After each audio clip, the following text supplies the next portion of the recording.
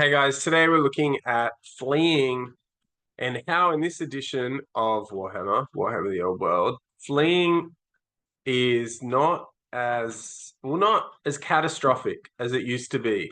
And you can even use fleeing to gain an advantage. And that's what I want to sort of look at in this way today.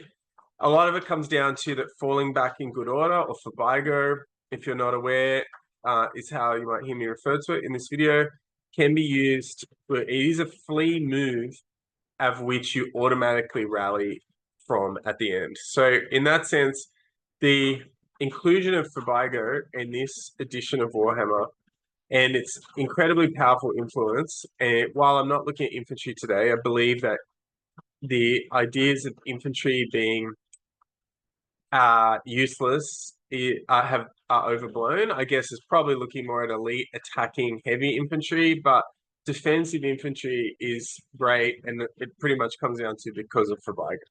And as an extension, things like stubborn and some of the concepts that I'm looking at today in this video. But really, you got fleeing through enemy units. So when you flee through an enemy unit, the rule book says it's obviously extremely perilous. Well, is it really? When you flee through an enemy unit, you do, on a 50-50 roll, you lose a wound. And having now played, I don't know, 50 plus games of Old World, it feels like, probably not even that many, but it feels like it. I feel like I've talked about it that much at least. This rule is not the end of the world. Like the 4+, I've seen people roll not many 4s and and lose a couple of lose wounds, and I've seen people roll lots of 4s and lose hardly anything, and most of the unit goes through unscathed. Given where we were before, where if you come into contact with a unit you were just dead, it is interesting. There's a lot of survivability baked into this edition, and that means that tanky units or survive units, I'd probably say actually it's more, a lot of units are really great on the charge, and if they can't break and catch their enemy, they're not very good at all. And a lot of, like, say, the elf cavalry or a lot of those elite heavy infantry are like this, and that's where they then get worn down through attrition.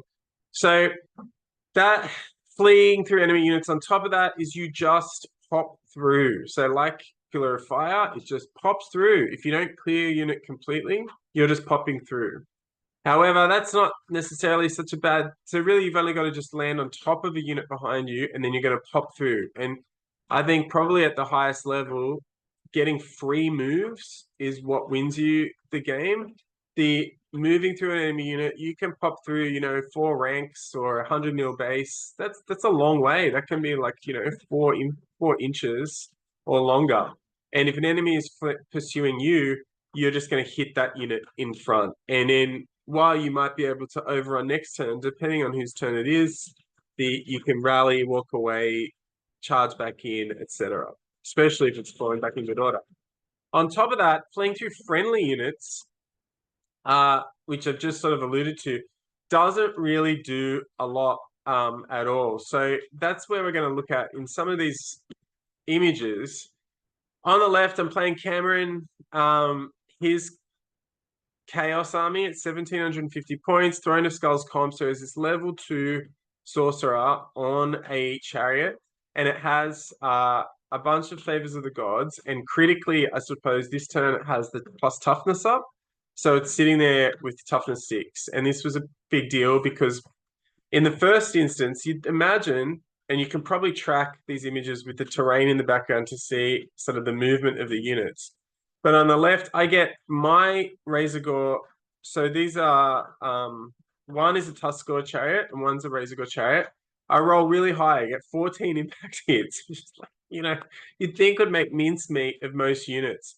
But because this is a chariot, it has a decent armor save and the wounds are added to the chariot, it ends up that I'm not able to kill it, even with all of that. Like I rolled 14, strength 5 hits, I'm rolling against toughness 6.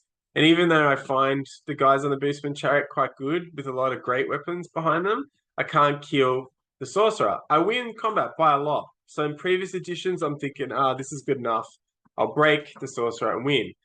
However, nearby is the general, large target on a Manticore, so 18 inches, leadership 10. And even then, I think by this stage, this was leadership 9. So it's not insignificant anyway.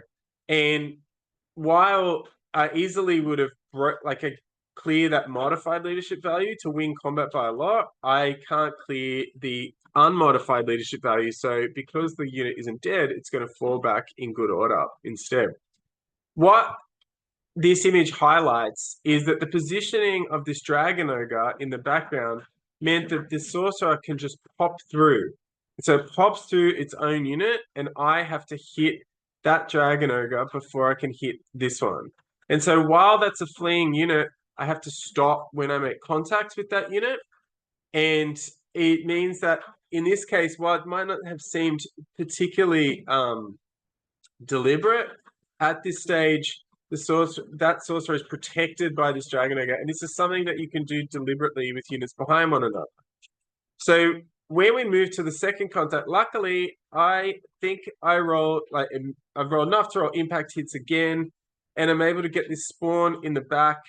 And from here, I can't remember exactly why. I'm still not able to kill it. I think I get up to 5 wounds. I think just have 6. I know I didn't kill it. That's the key point. So I've got a gigantic spawn in the back, and I've got 2 chariots in the front. I probably wasn't as lucky with the impact hits this time. And now I win combat again. But what's going to happen? Still not dead, still big leadership, still going to be able to fall back in good order. And that fallback is going to, in this instance, you go away from the largest unit strength. So we've got 6 on one side, and we've got over 6 coming from the other end. So you don't get squeezed out like some people think. The sorcerer is going to go back through the spawn in its rear, and that means it has to take a peril test. Cameron passed that peril test, so the sorcerer survives. And then I would have had to choose beforehand if I'm going to pursue. And this is the situation that then transpired. Where that sorcerer had fled to was another Dragon Ogre. Cameron, I think, had a loose Shartak in his, or there was one left in the army. Now the spawn is hitting that and stopping. And the sorcerer lives to another day. And my triumphant, somewhat, sorcerers on their chariots here are able to push through, but can't go any further because they're going to hit my guy here if they continue to go further. So really interesting, very much old world only situations where you can line up units behind your good units so that when they lose combat, as long as they don't die, they're going to fall back through your units. Now, of course, you could be setting up situations where your opponents can overrun them. But I think there's probably ways to mitigate this as well. And you're starting to see these big blocks of infantry get hit, fall back in good order into a line, and become very resilient. I think there's a case to argue that there's other ways where lines could fall behind lines, and that there are models that can provide great stable leadership, rerolls with battle center bearers. We haven't really talked about stubborn or even shield wall today, and other things like unbreakable. So really, like, for the sorcerer to be able to get away here was extraordinary given the amount of firepower I put into it. But it came down to that couldn't continue to build damage once you pop through that first time. The penalties for running away in this format don't seem to be as great as they used to be.